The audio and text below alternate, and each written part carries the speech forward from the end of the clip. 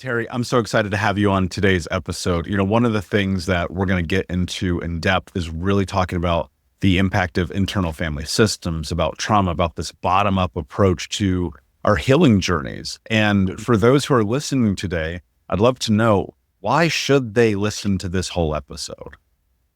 Yeah, thanks so much, Michael. So we're going to talk about a very, very, very different way of looking at the mind than we're used to here in Western culture, and what that means in terms of treating trauma from the bottom up rather than the top down. So focused on what's causing it and how do we address that, rather than trying to manage the symptoms, which is really what we notice day to day. So I'm so excited to discuss that with you. Do you feel like we have maybe addressed trauma incorrectly, that we look at it from a symptomatic approach first and foremost, instead of an approach that is at the root? Yeah, I think if you look at Western medicine in general for both mental health conditions and chronic physical health conditions, it's all based on symptoms. It's all very top down. Even with autoimmune diseases, things like that, we don't know what causes it. So the treatment is all geared towards how do we manage symptoms to the best ability that we can. And mental health conditions we treat in the same way. So what we observe, either behaviorally or addiction, things like that, those are all symptoms that are rooted, from my perspective, in trauma. There's nothing genetic about them. There's no evidence of any genes being involved in any significant way with that stuff. So it is a trauma. Trauma kind of lays the groundwork for these, really what are coping strategies. They're designed to help us.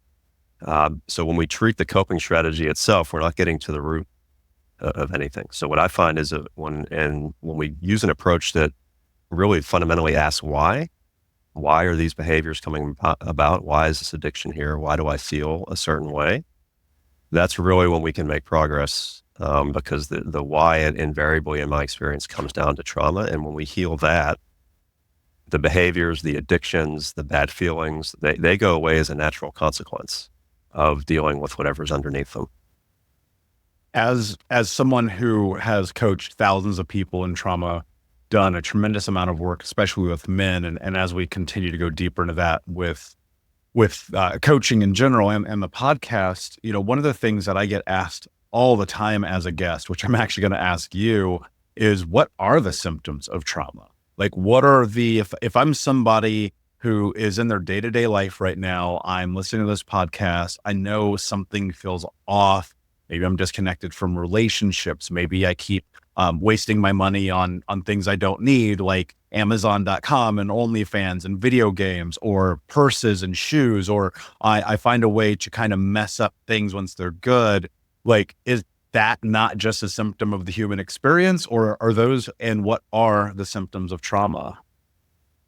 Yeah, it's such a great question, because so much of this is normalized now in this culture, because trauma is so pervasive that it's very easy to just say, oh, that's just how life is. That's just how we are. That's how this culture is.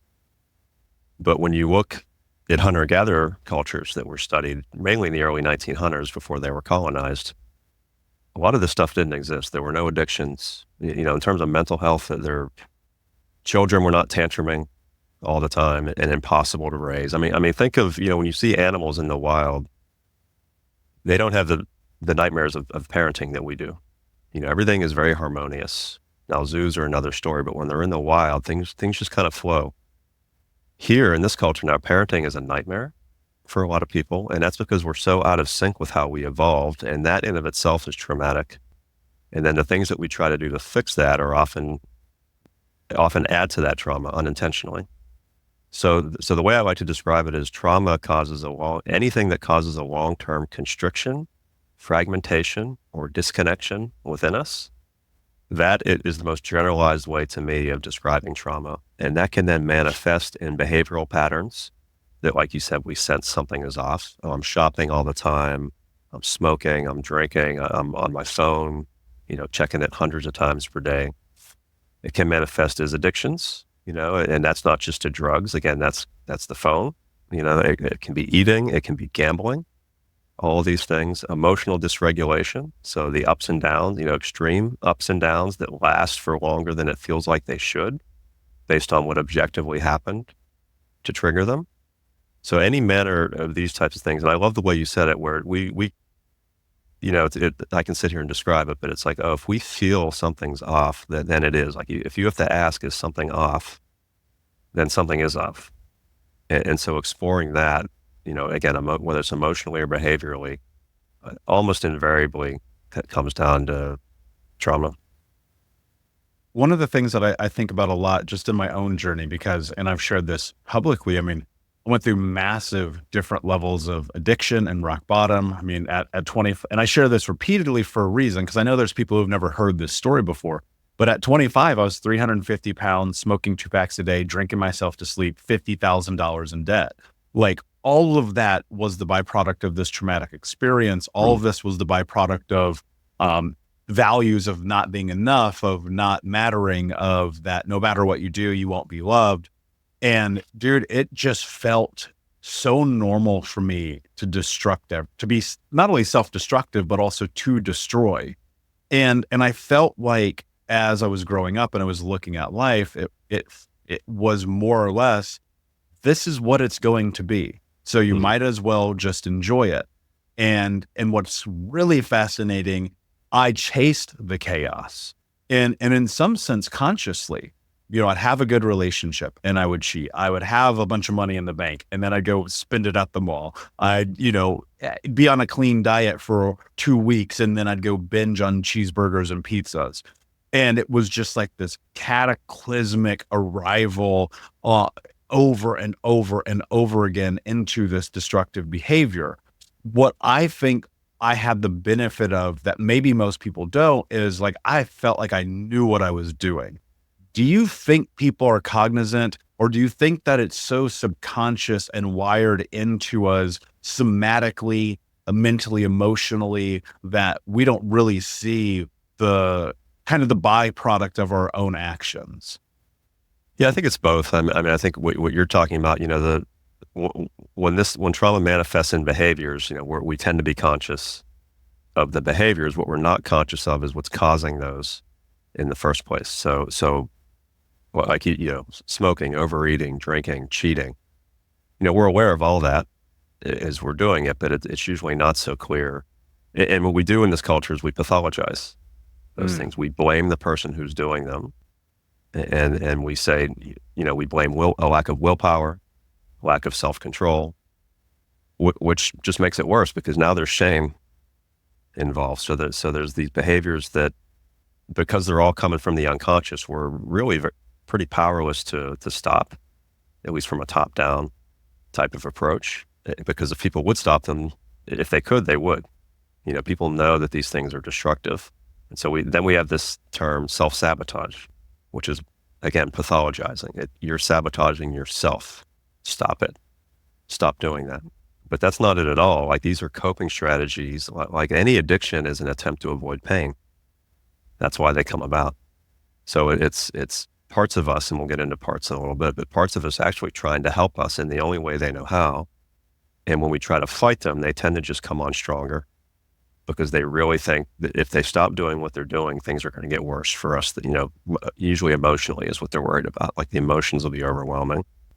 So yeah, consciously aware of it, but not consciously aware of what's driving it. And that's what makes it very difficult for most people, and along with most therapy modalities to treat these things effectively. Yeah. And I think one of the really intense misnomers that kind of lead down this path are these notions that it's family before everything, that family is the most important thing. But generally speaking, most of the traumatic experiences you're going to go through are going to be at the hands of those closest to you. Now, obviously, that's not, the rule, because, you see things where children maybe are molested or hurt, in a sexual way. That's a family friend or a close associate, right? But in direct family, you see things like neglect, physical abuse, emotional abuse, religious abuse, right? You see these things kind of take place and impact the story and narrative of who we ultimately become. First, because I think this is going to be really important to define this and the associated role of the experience of family, can you first define and explain to us what internal family systems are, and then we'll go from there? Yeah. So internal family systems is both a tool for it's a type of therapy, and also really a tool for self-improvement that becomes a lifelong practice. And it looks at the mind in a very different way. So we, particularly in this culture, we tend to think of the mind as one thing. So we say I and we say me as if we're referring to a single entity. But we also know on various levels that we often have conflicting and simultaneous thoughts, feelings, and opinions on things. So when we're weighing a big decision, for example, we'll tend to waver back and forth, and we'll have completely opposing thoughts on the matter moment to moment. And the example I like to give is, when we're in a romantic relationship and we find ourselves conflicted over whether or not the relationship is still a good fit for us, our position on the matter will tend to flip back and forth day by day, hour by hour, even depending on, our mood at the time and the quality of the last interaction with our partner. We also know that we'll often say we're going to do one thing and then do another. And I'm not referring to when we're being dishonest. We've all had the experience where we say one thing, we mean it when we say it, and then we do the exact opposite. And typically this happens over and over and over again in certain specific areas of our lives. So the IFS contention and my contention is that these things reflect something very fundamental about how the mind actually works. And that is that the mind consists of parts rather than being a single thing.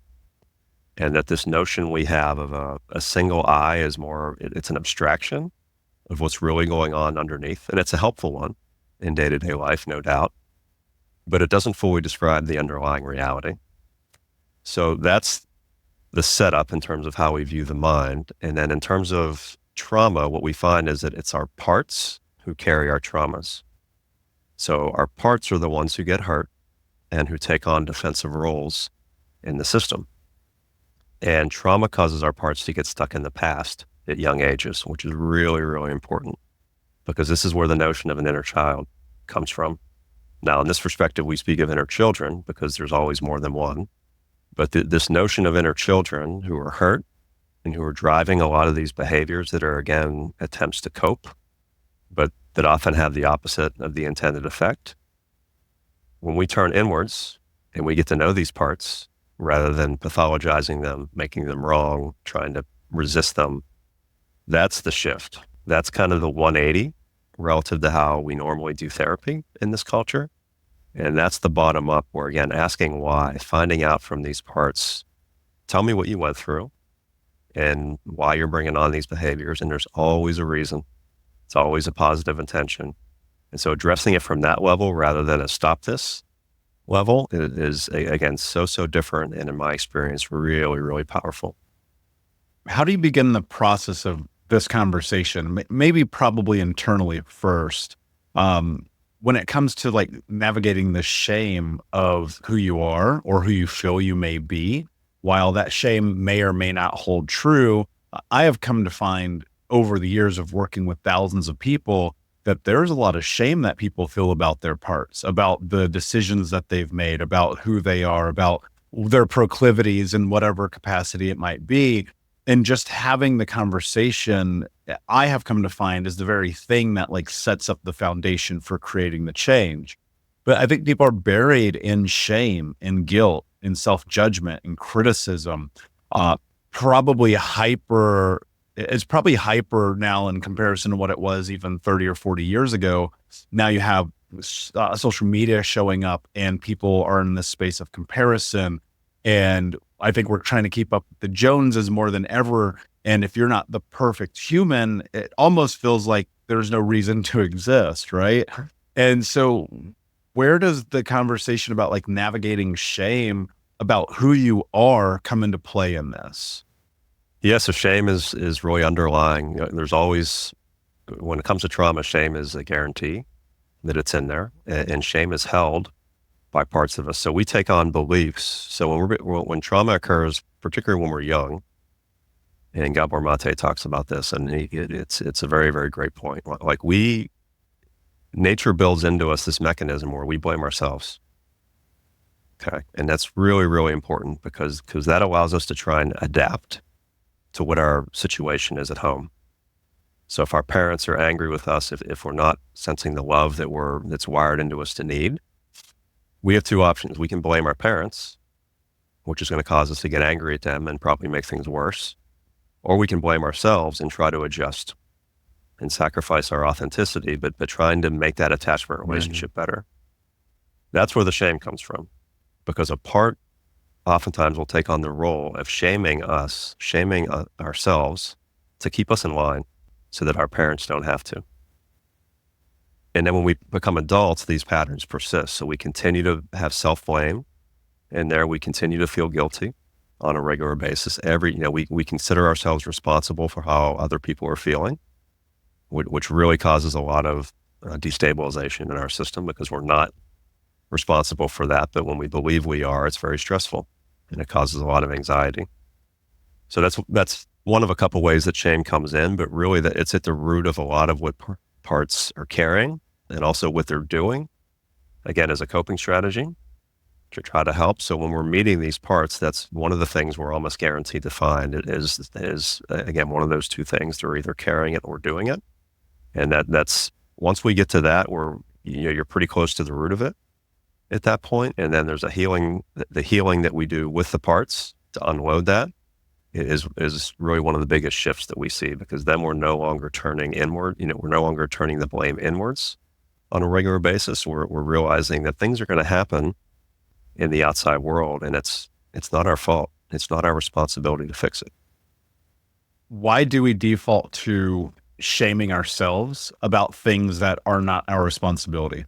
One of the things that I think about and I see constantly are these people who are living life for their parents, for their peers in childhood, for the teachers who said that they're not enough, they don't matter, they're not important. You see this play out in relationship dynamics. You see this play out in money.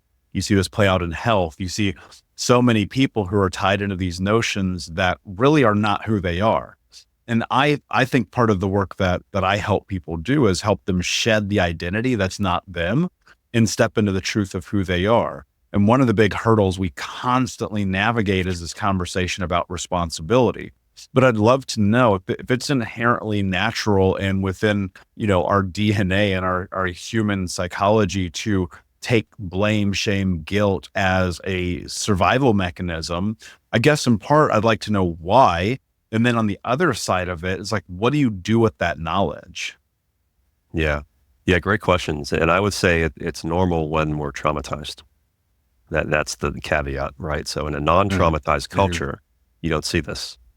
With hunter-gatherers, no one observed this. The comment that the anthropologists made invariably when they would go down and go and visit these cultures is how happy they were, how present they were, how at peace they were. So this is not normal. It's normal now. And so it's the better of the two options. So if I blame the parents, my caregivers, going to tend to result in more trauma for me. So I learned these patterns during childhood, and the challenge is, so because our parts get stuck in the past when they're traumatized, when we become adults, these behaviors continue because the parts are still stuck back there in time. That's why they're still children. So they don't know it's 2024. They don't know how old we are now. And part of what we do with IFS is we give them that update, and they're usually shocked when they hear it. They literally have no idea. The way time works internally with our parts is totally different, and space for that matter, but time and space are totally different in there. So the way we work with that, one of the beauties of IFS is that any symptom you give me, the way we work with it is fundamentally the same. And that is we get to know the part or parts who are carrying that. And it's really inner attachment work up front. So what we call the capital S self in IFS, which is our essence, our seat of consciousness. It's the aspect of us that's not a part. It's who we are, so to speak. The self is forming relationships with these parts inside. So now the self that comes in as the adult is that balanced, calm, clear, curious adult that comes in and starts listening to the parts. These are parts who have been trying to be heard for decades, and they've been carrying all this pain for decades. And there's been no one listening because we just don't know if this is how things work. So when we start hearing them, when we connect with them, and as we start healing them, we see these things, again, these behaviors just go away as a natural consequence. So we don't tell them, stop being ashamed, you're being ridiculous. We help them, okay, let's unload that shame. You don't need this anymore. We don't live at home anymore. We're safer now, hopefully. And then there's a very actually shamanic process in IFS to unload whatever the part is carrying. And the shift is really hard to describe in words. I mean, whenever I see it, I'm still amazed. But the part is almost completely different at that point. The part is then who it would have been if it hadn't been traumatized. And that's when we see these things in IFS shift. Mm. Yeah, one of the big shifts that I've come to realize is just a very simple sentence that's foundationally practical in a lot of your decision making when you're aware. And for me, that sentence has always been, you are no longer a child. Mm. And that can be such an intense, man. I remember I was coaching one of my clients probably like 5 or 6 years ago, and I could just see in a moment the breakthrough of him hearing that, because that is what we tie ourselves to, is this childlike experience of being unhealed, of being without power of agency, of sovereignty, and so trapped in the childlike ideations and often behavioral patterns that were coping mechanisms. And it's like, there's this really unbelievable freedom that comes when you're like, oh shit, I'm an adult. And that is such a big part of the journey, because you have to free yourself from these notions of that childlike state. And I'm not saying don't have fun and playful and step into that inner child, that, because we all are, we're all just big kids, really. I mean, it's the same reason why I love Disney movies. I'm still just a big kid, but at the same time, like, you have to be responsible. And I always look at it from this space of like, a responsible adult is not going to do things that children do. I would never let an 8-year-old drive my truck, right? And so it's like, why are you letting the 8-year-old in you drive your life? And that's such a profound moment when people really understand what that means. But I think people have kind of misconstrued this notion of adulthood to this thing about being happy all the time. And I think the stress of that kind of compounds into this space in which you almost make life impossible to live, because you're just not going to be happy all the time, but you're also not going to be sad. One of the things that you pointed to is these really high highs and these really low lows. I'm often looking for the place where we can get to equilibrium. And I think you could substitute equilibrium for a word like peace. I'm curious, in this work, how do you get there through these systems? How do you get there through these parts of you that you're trying to understand and heal and be an adult? Like, how do you get to that place where, I don't even want to necessarily say healed, because I think that there's a lot of work to still be done, but how do you get to the normal, to the place where you feel like you're in control? Yeah. So much of that just comes about naturally as a part of this work, where when we're doing that inner attachment work, like one of the things we're doing up front is establishing trust between ourself and our parts. Really what that means is getting the parts to trust ourself, because they've been leaderless in there. They're children who have been trying to run our lives exactly like you said, and they're not equipped to do that. It's not a responsibility they should have had, and it's not one they would have had if had they grown up in a culture without all this trauma. So when self comes in and they start having confidence that, hey, this person is now a regular person in here, so this isn't a one-time thing. We're not just doing this once. Like, and self is in there regularly, checking with them, getting to know them, healing them. That they are then perfectly willing to cede a lot of that day-to-day stuff to self, because the parts don't like having to do all this either. Usually they're exhausted. They just think they have to do it. And that's when we feel like you're describing, like, oh yeah, I kind of feel like a kid. It's weird. I'm letting the 8-year-old kind of run the show, and that's because that 8-year-old thinks it has to do it. And so it's a big shift just inside. It's one thing to understand this rationally, but when, like you said, when people feel it, more, we call it self-energy. There's more self-energy now. Now self is kind of the one taking input from parts, but self is making the decisions, for the most part, on the big issues, especially. And that's when we find that, so the capital S self doesn't have an agenda. It's not striving to be happy. It's not striving to be rich. It's not striving to be popular. It just, again, it's our essence. It just is. It's a lot of what Buddhism talks about, what Taoism talks about. Just this inner calm, this peace. Not that things aren't upsetting anymore. It's not always just going to be, oh, I feel great today. But what we find when we heal these parts is particularly with the lows, the reason the lows are so low and tend to last so long is because something happens in the outside world that is triggering all this pain that we're carrying from the past. Whereas if we're not carrying all this pain, what happens in the present is the spark, and the pain is all this gasoline from the past, and that's what's getting triggered. That's why our reactions are so intense a lot of times, and that's why they last so long.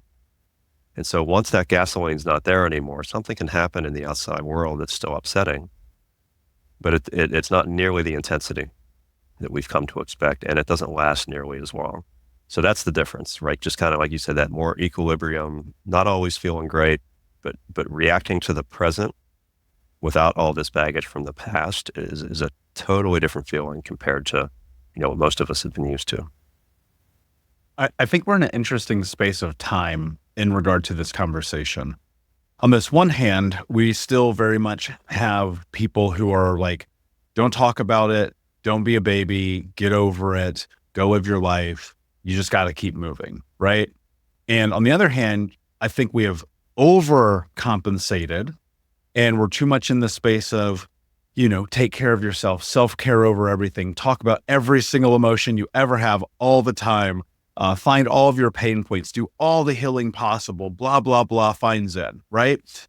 I think a lot of this is about balance, but I think balance requires you to do the hard work, especially on the days you don't want to, and also understand the differentiation between the days you don't want to and the days in which you shouldn't, and you need rest or you need a break. And, I push my clients often to be like, you don't have to heal today, dude. It's like, go to fucking park, eat pizza, have a beer, do whatever the thing is that you do. You don't have to heal every day.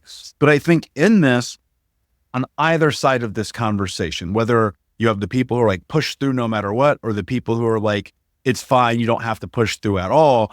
I think it's really kind of about finding the root of the pain. And I think people are scared to admit the root of the pain, or maybe they don't even know where to begin to have the conversation about it. How do you figure out what, and you used the word pain a few times. How do you know what kind of pain you're in? How do you know if the pain is the thing that's keeping you stuck? How do you know if the pain is actually the thing that has made you strive and be a high performer? Like, how do you dance with that conversation? Yeah, well, a lot of it is through talking to the parts. Like the parts will tell you what they're doing and why, and they're usually very willing. You don't have to pull it out of them too much, because again, they want help. They're exhausted in there. They don't want to have to be doing this. So, cognitively, we can have some idea, and that's usually initially what will bring someone to therapy or to a coach. Like you said, something feels off. Not sure why I'm doing this. Not sure why I'm doing that. But really, both those things that you described are trauma responses. They're not doing anything, and they're trying too hard. And the oversharing on social media, like that's a trauma response. That's the other extreme of keeping it all inside, not wanting to look at it, and really having no emotions, being numb. Those are two sides of the same coin. And so anything like that, like anything where it feels compulsive, like I'm compulsively oversharing, as an example, or I'm compulsively numb and I just don't want to go in there. Maybe I know it's scary on some level, but I probably can't even feel the fear either. I just don't want to do it. I want to watch TV, do whatever. All those things, and what we find is that, for most of us, and this was the case for me certainly, it has to get bad enough before we're willing to, okay, something's got to change. Something's got to go differently. This is untenable right now. And most of us, if it doesn't get bad enough, we're happy to just kind of coast. Things are okay. I'm not happy. I'm not depressed. Things are just okay. And it's not till it crosses below a threshold that most people are willing to look at themselves or do some kind of therapy or psychedelics, any kind of healing work. It has to get bad enough. So a lot of times that getting bad enough is actually what'll save a person, because it puts them on a self-healing journey.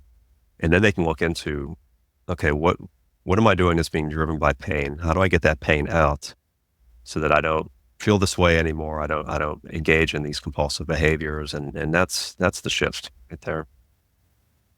Yeah, and as much as I hate to say this every time I say it, it's like you probably have to hit rock bottom if you want to change your life. And that's just something that I've seen hold true.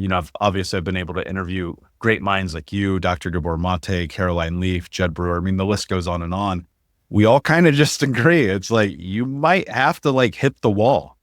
But when you hit the wall and you keep hitting it, eventually you break through. The breakthrough time, now that's going to be different person to person.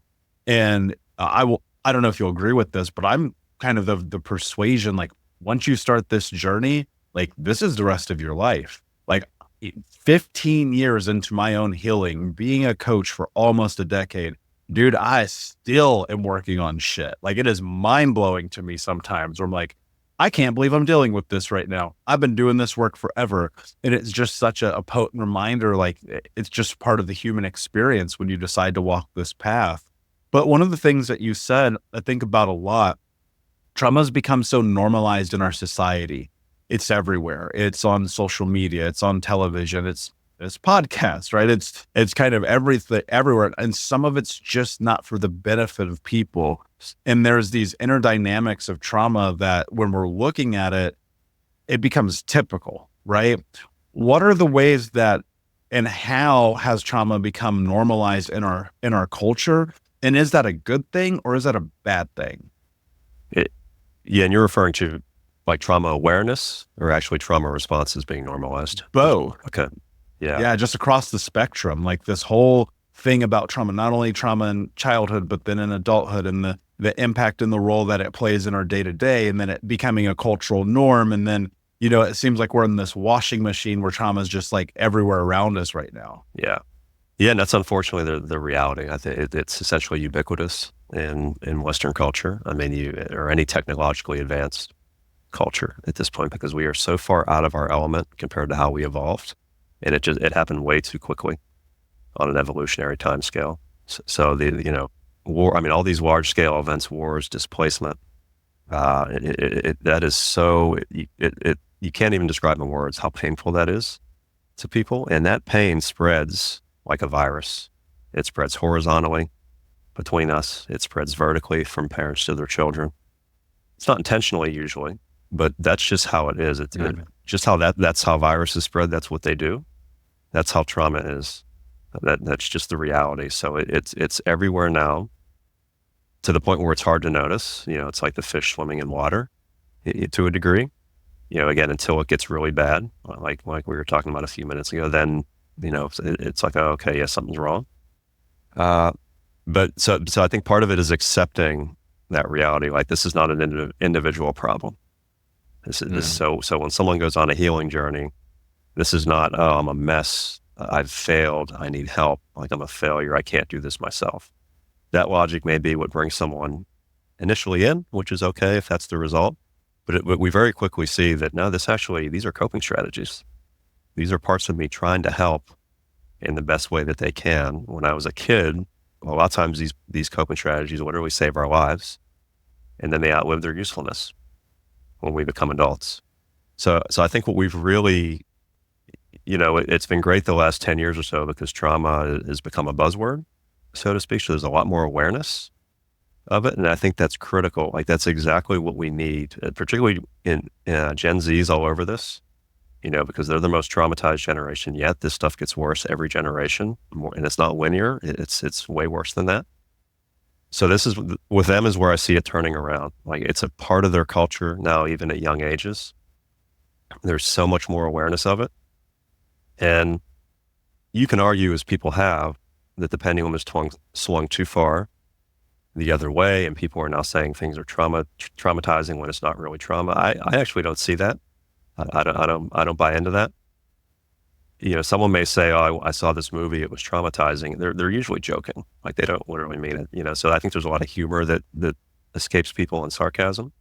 But this awareness we have on it now, that's step one. Like we have to be aware before we can really do anything about it.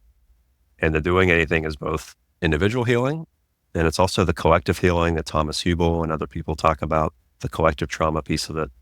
Like all those things together now are kind of kicking into gear, and it's going to take a while. It's like trying to turn around a big ship. You're still going to keep going the other direction for a while, a relatively long time before you actually make that turn. But that's what's happening again over the last decade, and I think that's a beautiful thing, and it couldn't come a moment too soon. For the people who are in this journey, they've worked with someone like you, someone like me, they listen to this podcast, they read the books, they're deep in the work, they're standing on the precipice of maybe a relationship and building a family, and they're scared. This is one of the things I work with people a lot on. They're just terrified of the idea of continuing the pattern, of not fully breaking the cycle.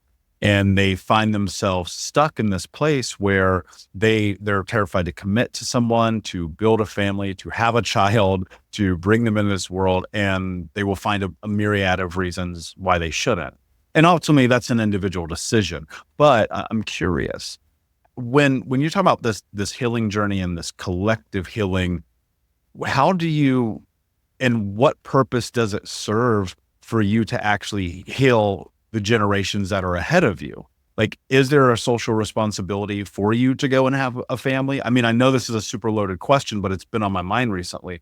Like, is there something about fear that holds people back from having a family because they feel like they're stuck in continuing trauma? Is there a way to overcome that fear? Because if we're talking about these family systems and you're a part of the family system and you want to have a family, that feels like the next likely step forward, right? Yeah, it's such a good question, because if you look at the population growth of the world, I don't see too many people holding back from having families. They may hesitate a bit, but it tends to be something that invariably is going to happen, whether accidentally or not. And so I think if there's a responsibility, which is a loaded word, but that it's Mm-hmm. the more we do our own healing, you can never start too soon. So the more we go on our journey, the less of our stuff we're going to pass on to our children. And the difference that's going to make for them throughout both their childhood and their adult lives is impossible to put into words. Like we were talking about, this is life-changing stuff. Like all this stuff, that you grew up with, that I grew up with, like you imagine what we would be, how our lives would have been different had that not been the case. And not in an idealist, life's perfect kind of way, but just like all the suffering we wouldn't have had to go through, all the suffering this world wouldn't have to go through. So I think that is future parents is something that is so important, because we don't mean to pass it down. We always say, I'm not going to be like my parents. And we mean it when we say it, but that's one part saying it. And it's the other parts who are going to actually do it when they feel like they have to. They're going to pass down those same patterns that were really ingrained into us as children. So having fear about starting a family, not wanting to pass trauma down, that already means there's awareness there, which is a wonderful thing, because most people can't say that. And when you have that, that's the responsibility, as I would see it, is, okay, how do I avoid, to the extent possible, it's never going to be perfect. There's no perfect parent. That's not how this works. But just the more that's in me that I can get rid of, the better off my children are going to be. Yeah, I love that. And I couldn't agree more. And I think that awareness plays such a huge role, because I think if you want to really create this cycle breaking experience, it doesn't necessarily mean you have to have children, right? That's what I'm saying. But it does mean that you do have to become a different version of you and leverage the knowledge and the experience of the past, and further understand, like, even in relation with other people, right? Because family is also, and I think about this every day, family is the people you put around you. Family isn't just this inherently biological experience. It's also like, who are your best friends? Who are your coworkers? If you've been working with Bob for 15 years, the dude's like your brother, probably. I mean, that's just a part of the journey. And I think that you're spot on in bringing awareness to it.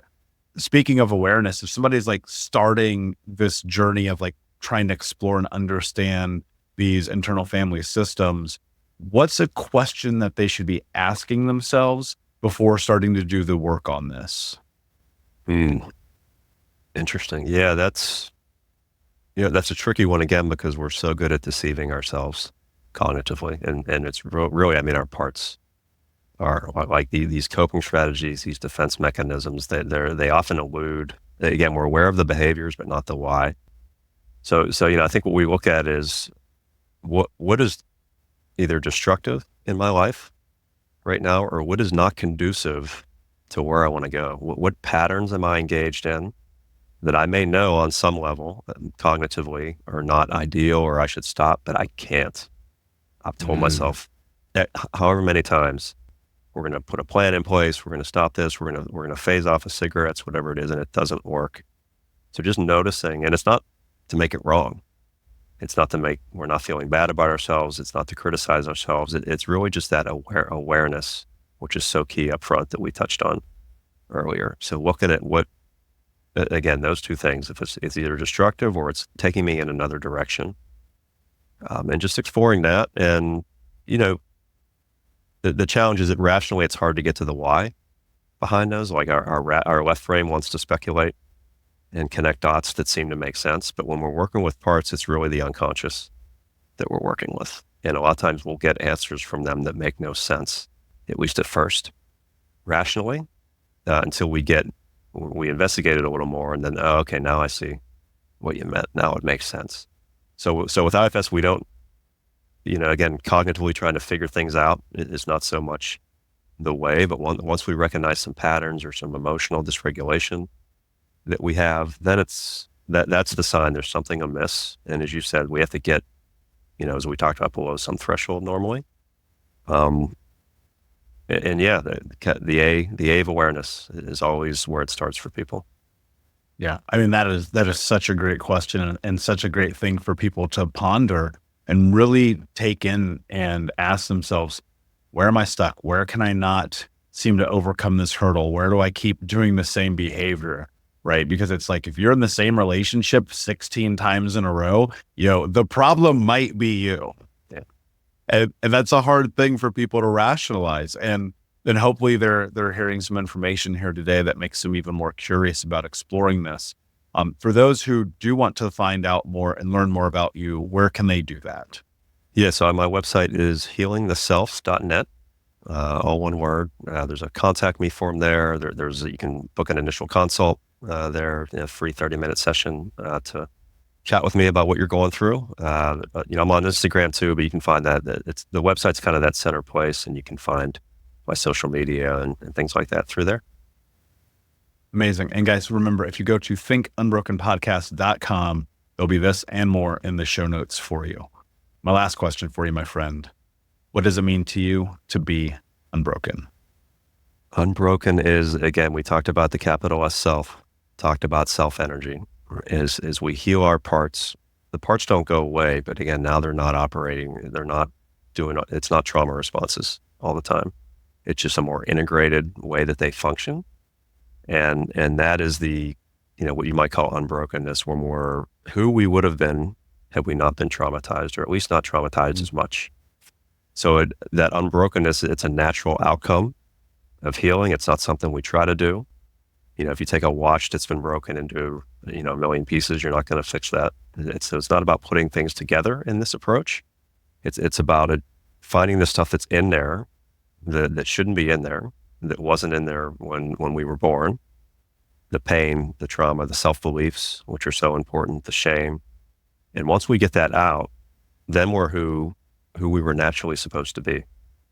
That's the unbroken state. So again, clearing out, it's a constraint and release type of situation. We're not adding unbrokenness on top. We're getting rid of what's broken, so to speak. And then unbrokenness comes about as a natural consequence. That's a absolutely brilliant way to put that. My friend, thank you so much for being here. Unbroken Nation, please share this with one person. Take the link from the episode, send it to someone in your life that you know will benefit from listening to today's episode. Check me out on social at Michael Unbroken. And until next time, my friends, be unbroken. I'll see ya.